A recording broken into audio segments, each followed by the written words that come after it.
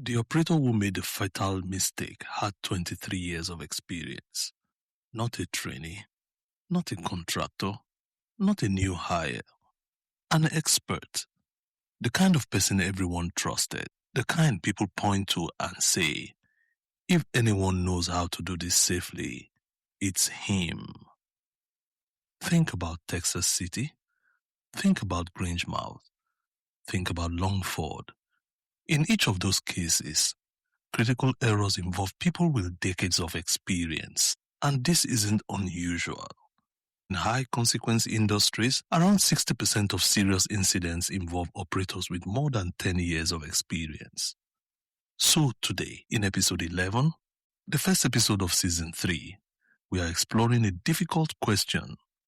When does expertise stop protecting us? Because we tend to assume experience automatically reduces risk. But sometimes, authority, group loyalty, and even quiet heroics can increase vulnerability. This is the Safety Edge.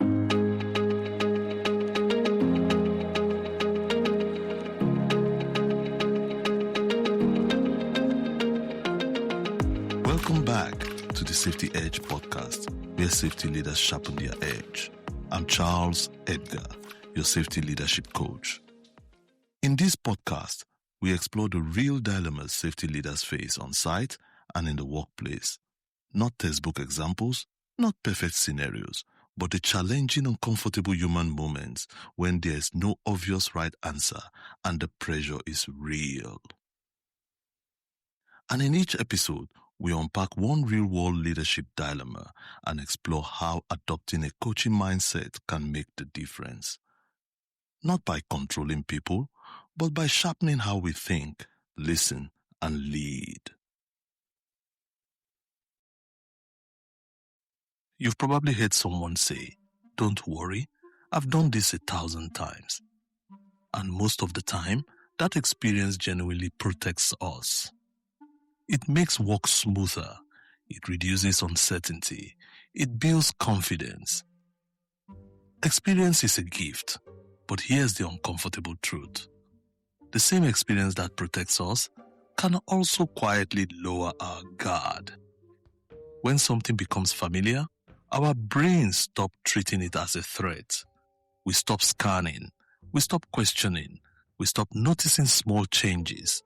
The task becomes automatic, and that's often when risk hides. Our brains are efficient. They create shortcuts, patterns, and assumptions, so we don't have to think so hard. Psychologists call this automation bias. It's when familiarity reduces active thinking.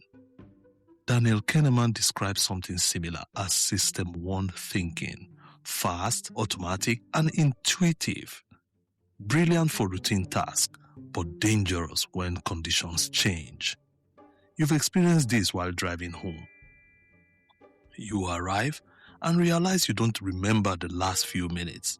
Your brain was on autopilot. Now imagine the same mental state while controlling a pressure system or even opening a bleed valve. Instead of asking, "What's happening right now?"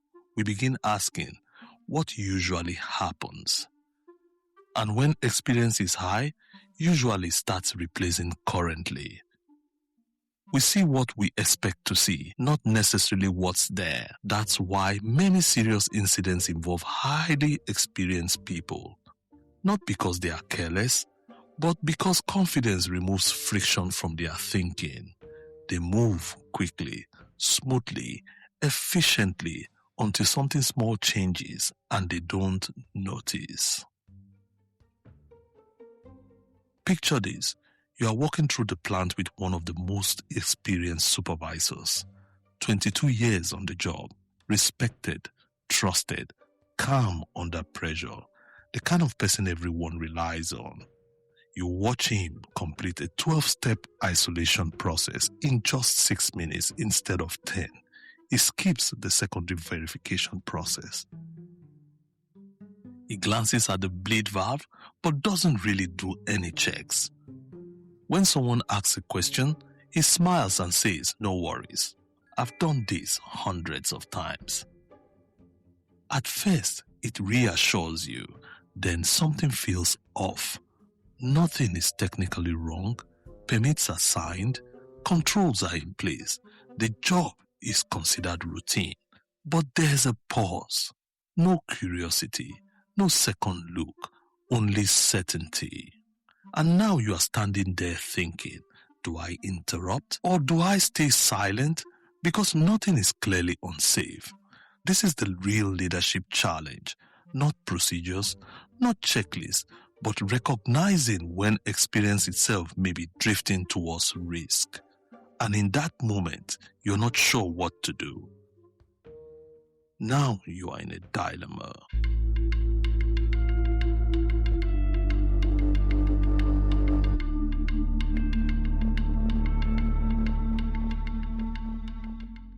Why is this a dilemma?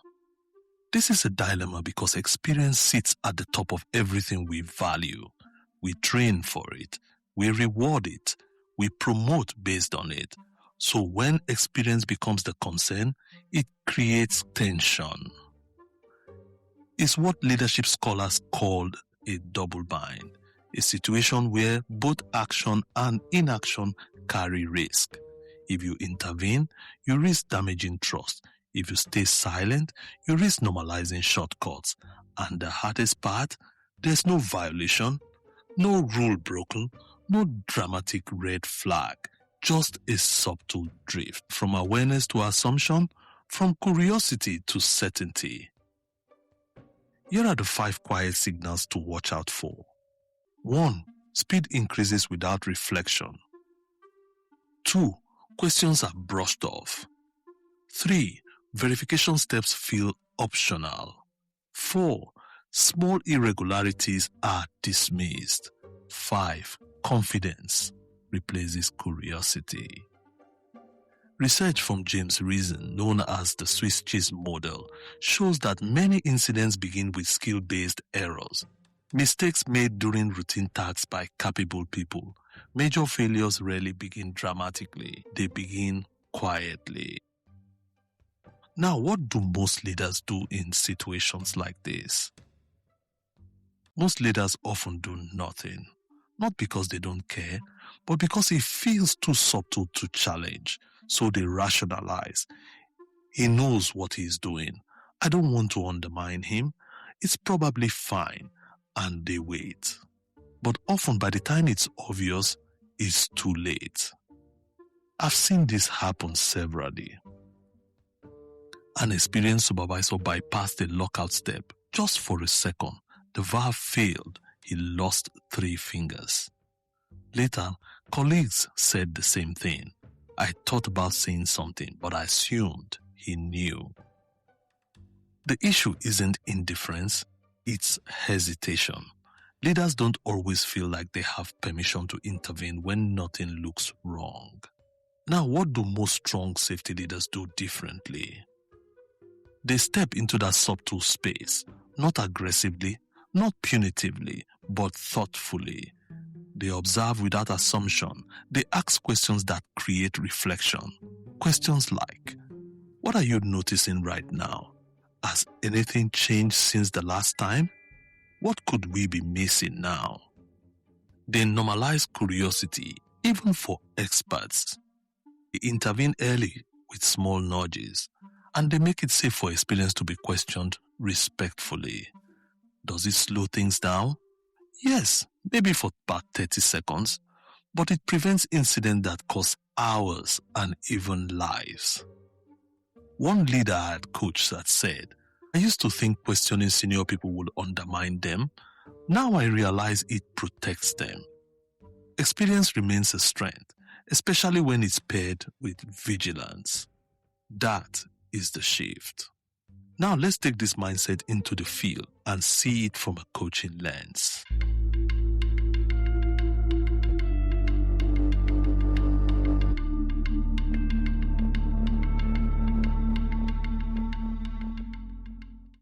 It's 2 a.m. in the morning and you are taking a walk in the plant.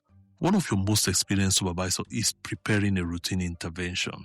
With over 20 years on the floor, everyone trusts him. But you notice something. He has skipped the secondary verification before opening the bleed valve. A small step, but a critical one. You take a breath and then you step forward. Can we pause for a second? I notice you skipped the secondary verification. And he responds, "It's fine. I've done this hundreds of times. That step has never caught anything. We'll be here all day if we follow every little check." And you say, I get that. And your experience is exactly why I'm asking. If something had changed today, where would it most likely show up? And the supervisor paused and responds, Maybe around that valve. It was replaced last week, but honestly, it should be fine. Those guys knew what they were doing. That's what I was thinking. Would you be open to taking one more look just to be certain? I don't think it's necessary, but all right. If it'll put everyone's mind at ease, let's check it. I appreciate that. Experience is strongest when it stays curious. Now let's examine the key strategies used in this conversation. 1. Respect before redirection. The coach doesn't challenge the supervisor's competence. Instead of saying you skip a step, the coach says, I noticed. This keeps the conversation neutral and avoids anything that could trigger defensiveness. Then the coach highlights his experience by saying, your experience is exactly why I'm asking. This preserves identity and status, which is critical when speaking to experienced operators. 2. Curiosity instead of correction. The coach doesn't instruct. Instead, he asks, if something had changed today, where would it most likely show up? This shifts the supervisor from defending to thinking, activating reflection instead of resistance. 3. Future-focused framing. Notice the subtle shift. The coach didn't say you made a mistake. He said, if something had changed. This makes the supervisor comfortable to explore the risk without admitting fault. 4. Specific risk anchoring. When the supervisor mentions the replaced valve, the coach reinforced it. This anchors the conversation to a concrete factor, not a vague statement like, be careful, stay safe. This approach zeroes in on specific risk, lowers the ego, and increases practical awareness. 5. Choice and not command. The coach said, would you be open to taking one more look? This language preserves autonomy. Experienced leaders often resist control, but they tend to respond to engagement, especially when it involves genuine inquiries. The supervisor complies because he chooses to, and that preserves his dignity. 6. Reframing experience. The closing line was strategic. The coach said, experience is stronger when it stays curious. This reframes caution as strength, not doubt. It subtly upgrades the supervisor's identity, not just by being experienced, but being experienced and reflective. Now, if you look closely beneath the surface, you see that the coach was managing 3 dynamics simultaneously. 1. Ego protection. 2. Time pressure.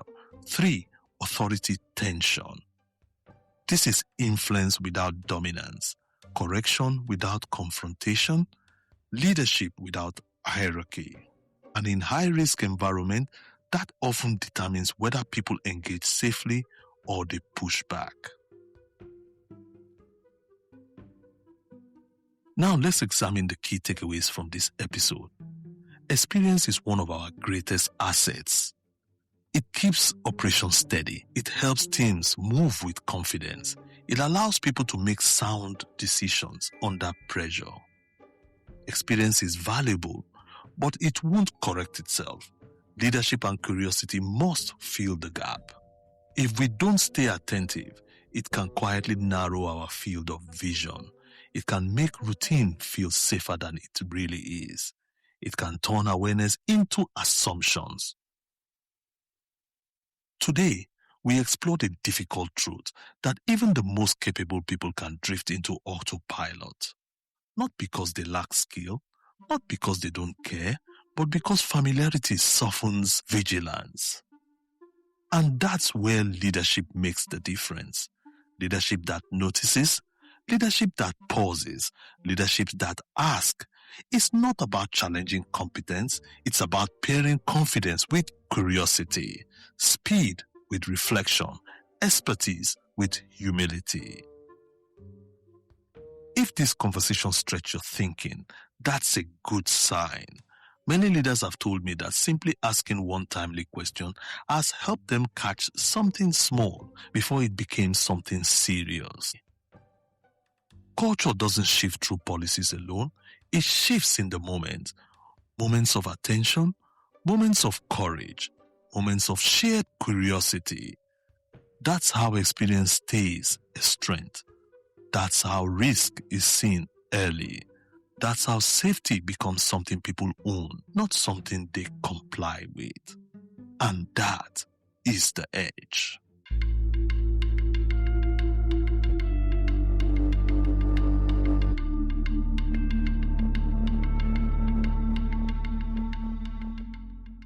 This episode marks the beginning of Season 3. Throughout this season, we'll explore the deeper questions behind safety performance, looking closely at expertise, authority, and group dynamics. We won't just focus on what went wrong, we'll look beneath the surface at the human factors, leadership tensions, and subtle cultural dynamics that shape outcomes long before incidents occur. Because safety isn't built on procedures alone, it's shaped in conversations, in decisions, and in moments of leadership. I look forward to you joining me for this journey in Season 3, and I hope that you will take away key lessons that you can apply immediately in your workplace. While here, make sure to follow and subscribe to the podcast so you never miss an episode. And don't forget to invite a friend or colleague to listen along with you. Thank you for joining me for this episode of the Safety Edge podcast. I'm Charles Edgar, your safety leadership coach. And until next time, keep leading, keep learning, and keep sharpening your edge. Bye for now. Brought to you by the Safety Edge platform, an independent leadership and safety learning platform, building leadership capacity one conversation at a time. Find us wherever you get your podcasts